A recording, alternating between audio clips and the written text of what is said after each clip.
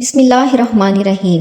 بنی اسرائیل کے ایک نبی حضرت عزیر علیہ السلام 100 سال تک کیسے سوتے رہے، کیسے زندہ ہوئے، اس واقعے کی تفصیل کچھ یوں ہے کہ بخت نصر نام کے ایک کافر بادشاہ نے بیت المقدس پر حملہ کر دیا اور شہر کے 1,00,000 باشندوں کو قتل کر دیا اور 1,00,000 کو ادھر ادھر جلا وطن کر دیا اور 1,00,000 لوگوں کو گرفتار کر کے لونڈی اور غلام بنا لیا، اور حضرت عزیر علیہ السلام بھی انہی قیدیوں میں شامل تھے۔ اس کافر بادشاہ نے پورے شہر کو توڑ پھوڑ کر مسمار کر دیا اور بالکل ویران کر ڈالا۔ کچھ عرصے کے بعد حضرت عزیر علیہ السلام کسی طرح سے بخت نصر بادشاہ کی قید سے رہا ہو گئے اور وہ ایک گدھے پر سوار اپنے شہر بیت المقدس میں داخل ہوئے۔ اپنے شہر کی ویرانی اور بربادی دیکھ کر ان کا دل بھر آیا اور وہ رو پڑے۔ انہوں نے چاروں طرف چکر لگایا مگر کسی انسان کی شکل نظر نہیں آئی، لیکن وہاں درختوں پر پھل پک کر تیار تھے مگر ان کو توڑنے والا کوئی نہیں تھا۔ یہ منظر دیکھ کر نہایت ہی حسرت اور افسوس کے ساتھ ان کے منہ سے یہ جملہ نکل پڑا، اَنَّ یُحْیِی ہَٰذِہِ اللہِ بَعْدَ مَوْتِہَا، یعنی اس شہر کی بربادی اور ویرانی کے بعد بھلا کس طرح اللہ تعالیٰ پھر سے اس کو آباد کرے گا۔ اس کے بعد آپ نے کچھ پھل توڑ کر کھائے اور کچھ پھل اپنے تھیلے میں رکھ لیے اور کچھ پھلوں کا رس اپنی مشک میں بھر لیا اور اپنے گدھے کو قریب ہی ایک رسی سے باندھ دیا اور پھر خود ایک درخت کے نیچے سو گئے۔ واللہ علم آپ سوتے رہے یا آپ کی وفات ہو گئی، بہرحال جو بھی تھا، لیکن اللہ تعالیٰ نے آپ کو درندوں چرندوں پرندوں سب کی نظروں سے اوجھل کر دیا کہ کوئی آپ کو دیکھ نہ سکے۔ جب 70 سال گزر گئے تو ملک فارس سے ایک بادشاہ آیا، اس نے بہت سے لوگوں کو لا کر اس سرزمین پر آباد کیا، اور جو بچے کچے بنی اسرائیل کے لوگ جو دور دور اطراف میں پھیلے ہوئے تھے ان کو ادھر لا کر جمع کیا۔ یہاں آ کر لوگوں نے عمارتیں بنائی اور باغات لگائے، یہاں تک کہ اس شہر کو پہلے سے بھی زیادہ خوبصورت بنا دیا۔ جب حضرت عزیر علیہ السلام کی وفات کو پورے 100 برس گزر گئے تو اللہ نے آپ کو زندہ فرما دیا۔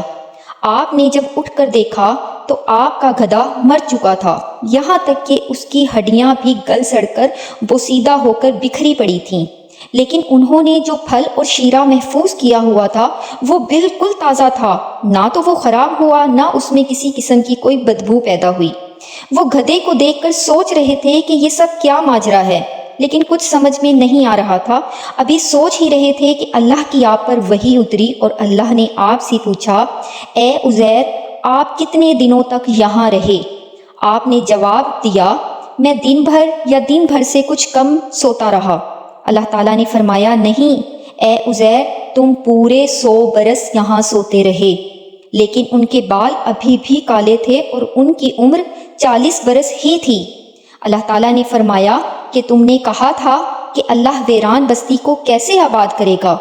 اب تم ذرا میری قدرت کا نظارہ دیکھو، اپنے گدھے کو دیکھو، اس کی ہڈیاں گل سڑ کر بکھر چکی ہیں، اور اپنے کھانے پینے کی چیزوں پر نظر ڈالو، وہ بالکل تازہ ہیں۔ اے عزیر، اب تم دیکھو ہم کیسے ان ہڈیوں پر گوشت چڑھا کر اس گدھے کو زندہ کریں گے۔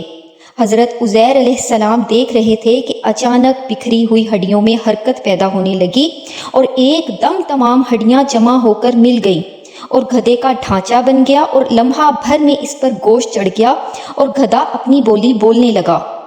یہ سب دیکھ کر حضرت عزیر علیہ السلام نے بلند آواز سے کہا، اعلم ان اللہ علی کل شیء قدیر، یعنی میں خوب جانتا ہوں کہ اللہ سب کچھ کر سکتا ہے۔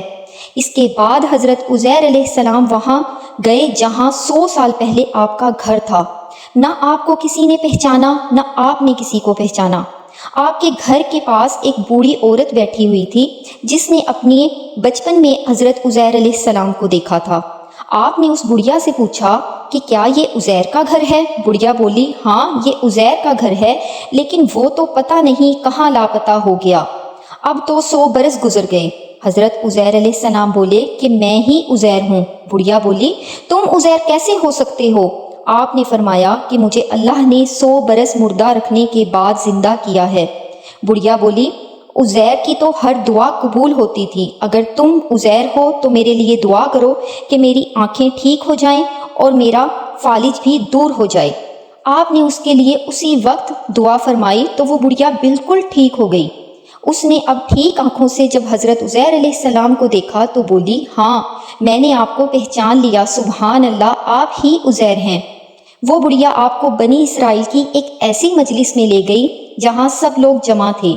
اسی مجلس میں حضرت عزیر علیہ السلام کا بیٹا بھی تھا اور آپ کے چند پوتے بھی تھے۔ بڑھیا نے مجلس میں شہادت دی کہ اے لوگو، یہ حضرت عزیر علیہ السلام ہیں، لیکن بڑھیا کی بات پر کسی کو یقین نہیں آیا۔ پھر ان کے بیٹے نے کہا کہ میرے والد کے دونوں کندھوں کے درمیان میں کالے رنگ کا چاند کی شکل کا مسا تھا۔ حضرت عزیر علیہ السلام نے اپنا کرتا اتار کر دکھایا تو وہ مسا موجود تھا۔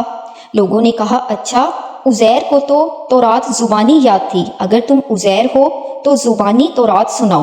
حضرت عزیر علیہ السلام نے زبانی تورات سنا دی، لیکن اب مسئلہ یہ تھا کہ جس وقت بخت نصر بادشاہ نے بیت المقدس کو مسمار کیا تھا، اس وقت اس نے تورات کے 40,000 عالموں کو چن چن کر قتل کر دیا تھا اور تورات کی کوئی جلد زمین پر نہیں چھوڑی تھی۔ اس لیے اب سوال یہ پیدا ہوا کہ حضرت عزیر علیہ السلام نے جو تورات سنائی ہے وہ صحیح بھی ہے یا نہیں۔ ان میں سے ایک آدمی بولا کہ میں نے اپنے باپ سے سنا تھا کہ جس وقت بخت نصر لوگوں کو گرفتار کر رہا تھا تو میں نے ایک ویرانے میں انگور کی بیل کی جڑ میں تورات کی ایک جلد چھپا دی تھی۔ اس نے کہا، اگر ہم لوگ وہ جگہ تلاش کرنے میں کامیاب ہو جائیں تو ہمیں اصل تورات مل جائے گی، جس سے یہ ثابت ہو جائے گا کہ یہ شخص عزیر ہے یا نہیں۔ آخر کار وہ لوگ وہ جگہ تلاش کرنے میں کامیاب ہو گئے اور انہیں اصل تورات کی جلد مل گئی، تو وہ حرف با حرف حضرت عزیر علیہ السلام کی زبانی یاد کی ہوئی تورات کے عین مطابق تھی۔ اب لوگوں نے یہ عجیب و غریب اور حیرت انگیز ماجرا دیکھ کر کہا، بے شک یہی حضرت عزیر علیہ السلام ہیں اور یہ خدا کے بیٹے ہیں۔ اسی دن سے ناظرین کرام یہ مشرک اور غلط عقیدہ یہودیوں میں پھیل گیا اور یہ لوگ معاذ اللہ حضرت عزیر علیہ السلام کو خدا کا بیٹا کہنے لگے۔ آج بھی دنیا میں یہودی اس غلط عقیدے پر جمے ہوئے ہیں۔